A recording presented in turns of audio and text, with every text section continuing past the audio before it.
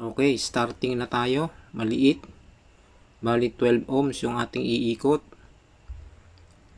Try muna natin sa 150 kung makukuha na niya yung 12 ohms.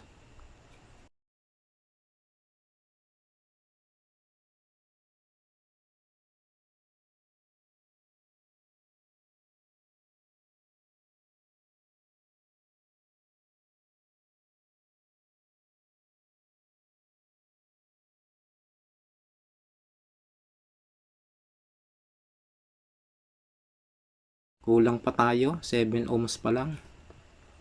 Dagdagan natin. Gawin na nating 180 na ikot.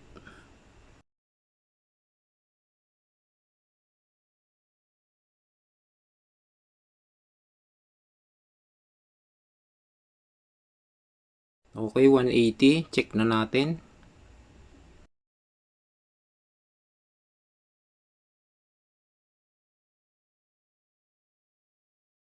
Ayan, 12 ohms.